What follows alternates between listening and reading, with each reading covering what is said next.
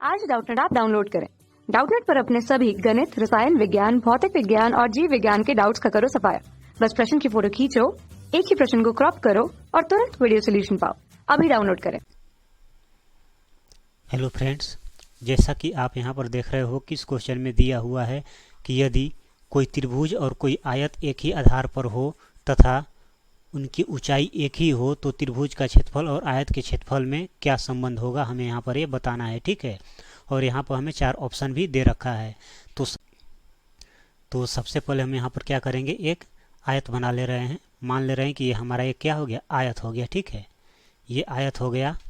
और जैसा कि क्वेश्चन में बोला गया है कि यदि कोई त्रिभुज और कोई आयत एक ही आधार पर हो, मतलब इसमें जो त्रिभुज और जो आयत है उसका आधार एक ही है, तो हम मान ले रहे हैं कि इसका नाम हम रख दे रहे हैं पहले। ये हो गया ए, ये हो गया बी, ये हो गया सी और ये हो गया डी। ठीक है, तो बोला गया कि आधार एक ही है, तो मान ले रहे हैं कि ए बी जो है दोनों का आधार होगा। ठीक है, तो ए बी आधार होगा तो इससे एक त्रिभुज बन जाएगा। क्या हम बना दे रहे हैं, ए बी डी। तो हम बी को डी से मिला दे रहे हैं। ठीक है, बी को डी से मिला दे रहे हैं। यहाँ पर ये डी हो गया और ये जो है बी हो गया। ठीक है, तो हमने यहाँ पर बी को क्या किया, डी से मिला दिया। तो जैसा कि क्वेश्चन में बोला गया है कि त्रिभुज और आयत दोनों का एक ही आधार है, तो ये ए बी क्या हो गया, ये जो ए बी है ये दोनों का आधार हो गया। ठीक है, तो बोला गया कि उनकी ऊंचाई एक ही हो और साथ ही साथ बोला गया कि इसका ऊंचाई भी एक ही हो, तो ये दोनों में ये भी ऊंचाई एक ही हो गया। ठीक है, तो बोला गया है कि त्रिभुज का क्षेत्रफल और आयत के क्षेत्रफल में क्या संबंध होगा। तो हम यहाँ पर एक चीज़ देख रहे हैं कि ये जो बी डी है वो क्या है, वो एक तरफ से हमारा जो आयत ए बी सी डी है उसका एक विकर्ण है। तो हम यहाँ पर लिख सकते हैं कि चूंकि बी डी आयत ए बी सी डी का एक विकर्ण है। आयत ए बी सी डी का एक क्या है, विकर्ण है। ठीक है, तो यहाँ पर हम देख रहे हैं कि जो आयत है ये उसका बी डी क्या है, एक विकर्ण है। डी को हम थोड़ा यहाँ पर सही से लिख लेते हैं, ये डी है। ठीक है, तो ये जो बी डी है आयत ए बी सी डी का एक विकर्ण है। और हम जानते हैं कि जो आयत का एक विकर्ण होता है उसको दो बराबर क्षेत्रफल वाले त्रिभुज में विभाजित करता है। तो हम यहाँ पर लिख सकते हैं अतः यह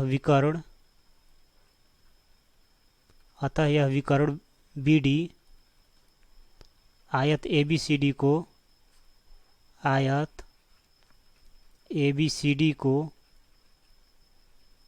दो बराबर क्षेत्रफल वाले त्रिभुजों में विभाजित करेगा। दो बराबर क्षेत्रफल वाले त्रिभुजों में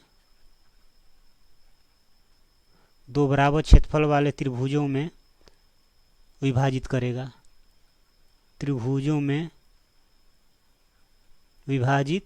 ठीक है, क्योंकि जो आयत का विकर्ण होता है क्या करता है, उसको दो बराबर क्षेत्रफल वाले त्रिभुज में विभाजित करता है। और ये बी डी यहाँ पर क्या हो गया, एक विकर्ण हो गया आयत का, तो इसलिए क्या हो जाएगा, तो इसलिए यहाँ पर जो आयत का जो क्षेत्रफल हो जाएगा, यहाँ पर आयत का क्षेत्रफल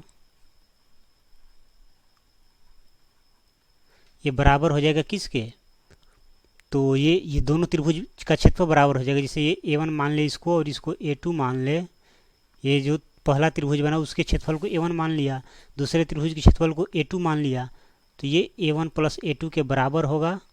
लेकिन यहाँ पर जो A1 A2 है वो आपस में बराबर होगा। ठीक है, तो ये हो जाएगा हमारा A1 प्लस A1, क्योंकि यहाँ पर जो दोनों क्षेत्रफल होगा वो आपस में क्या होगा, बराबर होगा।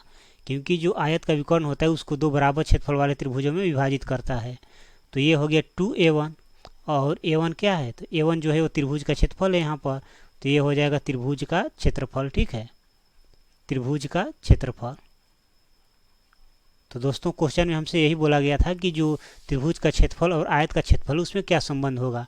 तो हम देख रहे हैं कि आयत का जो क्षेत्रफल है वो आ गया 2 गुने त्रिभुज का क्षेत्रफल, और ये किस ऑप्शन में दिख रहा है, तो ये ऑप्शन डी में दिख रहा है कि आयत का क्षेत्रफल बराबर 2 गुने त्रिभुज का क्षेत्रफल, इसलिए यहाँ पर डी ऑप्शन क्या होगा, हमारा करेक्ट ऑप्शन होगा। तो दोस्तों आई होप कि ये बातें आपको अच्छी तरह समझ में आई होंगी। Thank you. कक्षा 6 से 12वीं से लेकर नीट, IIT, JEE वो एडवांस के लेवल तक 1 करोड़ से ज्यादा छात्रों का भरोसा। आज ही डाउनलोड करें डाउटनेट ऐप या व्हाट्सएप करें अपने सारे डाउट्स 8400 400 400 पर।